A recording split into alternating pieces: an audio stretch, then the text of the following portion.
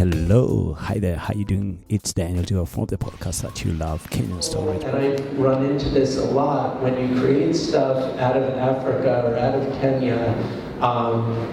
There's sometimes a self-limiting that happens, which is, well, we can't do Aquaman. We can't do something that size.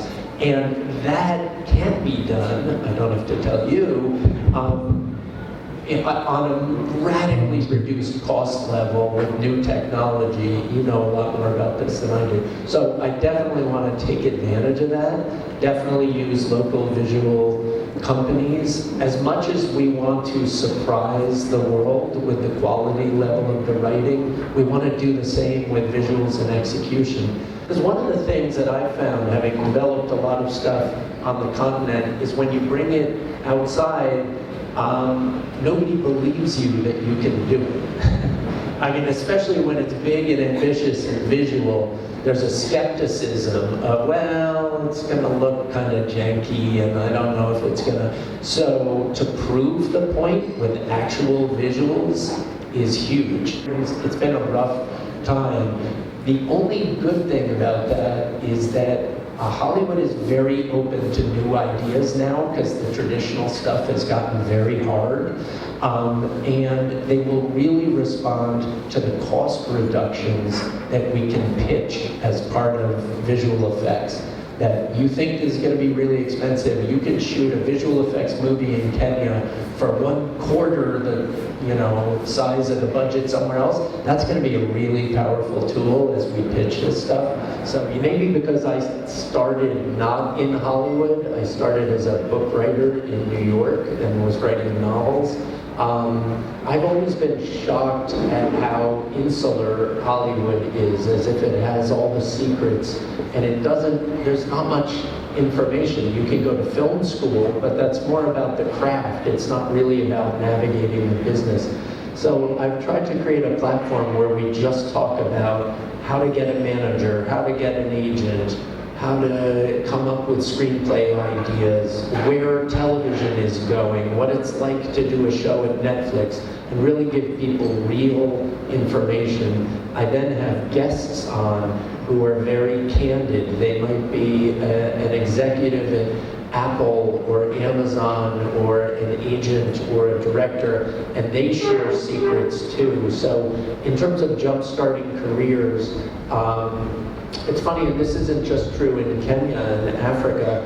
You can live anywhere in the US, and if you're somebody who's written a couple of scripts and loves screenwriting, and you say, hey, I've written 3 scripts and I think they're pretty good, what should I do with them? How should I start my professional career? There's kind of no answer. The answers end up being, well, move to Hollywood, or try and make friends with a famous person who's in Hollywood. It's not real advice. And so I'm trying to create a bridge that basically gives people all the information, starts relationships with agents and managers and all the people that I'm bringing onto the site, and also teaches you about creative inspiration and craft and how to rewrite and how to pitch yourself as a writer-director, and just a lot of stuff that people don't talk about very much. So it's really all about giving people the information that they don't usually have access to. And we have people on craft services who are from Kansas in the US, and they don't know how to break into the business. And we have people from Burundi and other places that don't have ecosystems really, or any infrastructure for the entertainment industry. So it's really about sharing the secrets of Hollywood and having people speak candidly to all kinds of people about this.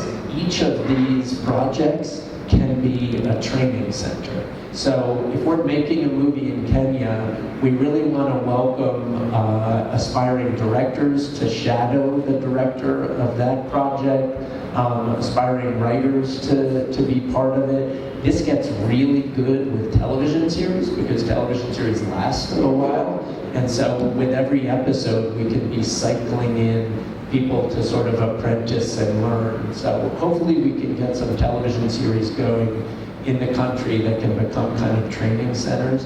But even films are good that way. So there'll be that kind of teaching approach to it as well, or training approach. Helping each other. They don't need me. They don't need Hollywood. They are giving each other notes on their scripts. They are helping each other with pitches where people chat to each other, and everyone posts screenwriting contests and grants and gives each other information. So it becomes this sort of self-feeding community. We have that here in this room. If everyone put their heads together, there is so much information and power in this room. I've seen some amazing short films that really capture a very Kenyan vibe that feels different. Something like that is what we want to bring out in this program. I invite you as frontline stakeholders to take a keen interest in this, in both the policy and the bill, because this is what is going to anchor this industry. This is what is going to fly this industry in terms of legislation and policy. So what happens to other brilliant ideas if Invention Studios is only going to run with 10? Good news, buddy. For everyone that Invention picks, government will match it. So if Invention is igniting with 10, government will match with 10. We will also go out of our way to mobilize other support, corporate support. And we are already talking to a number of corporate interests here in Kenya and outside Kenya who are showing willingness to come into. And they might even pick much more than what Invention and government will do. It's big, it's a new dawn for the industry in which you work. Kenya has been picked as the host country of the Africa Audiovisual Commission. It's going to be headquartered here in Nairobi. That is another platform we see as providing momentum. We know the value of joining dots across Africa. We know the value of partnerships. We know how much you can grow if you join hands across border. I've been writing my script since I was 16. I cannot wait for this April to come. Can I just submit what I have so that we proceed with all these agreements that are being signed between governments, cross-border relationships?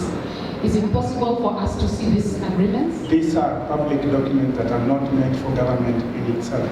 And remember, stakeholders are the ones to implement these agreements because you are the key players. So we are free and open to see to it that we work together, that we will be part of the implementing team as the industry. There's a lot of talent here in the stunt community, and I've created a stunt world for a lot of the actors that I know from Netflix here. And the level of talent, I'm going to say it out loud, y'all, is way better than what I've seen in Nigeria. That's all I want to say. We could support like writers with concept art and pre-visit and all of those things that haven't really been a tool before. So it seems, but the ecosystem is not ready for it. The infrastructure is not ready. There's a lot to grow parallel. So it's almost coming to the point of, is there any ideas to think about also presenting in different ways, like pitching us in different ways with the different tools and programs that we have? And then further on, when the films are done, I'm seeing 5 movies with tons of pixels available, and it would be an amazing story if actually some of the visual effects is left in Kenya and produced in Kenya. I have been informed that this very impressive constellation of stakeholders comes from different parts of the country, different levels of the industry. And just to emphasize that this is how we want it to be. We want it multi-layer, we want it city, we want it from the city, we want it from the grassroots, we want it from across the entire ecosystem. And I hope that we will continue this conversation, especially around the measures that we are taking around the bill and the policy so that we can get your input into that. Because now we can't be wavering for international people, and now the rest of us are suffering in our country. The incentives are for the industry.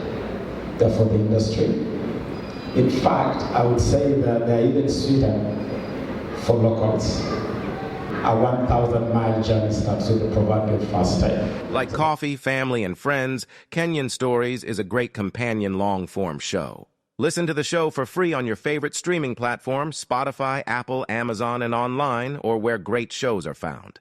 Please consider supporting Kenyan Stories by Daniel Duwa Show.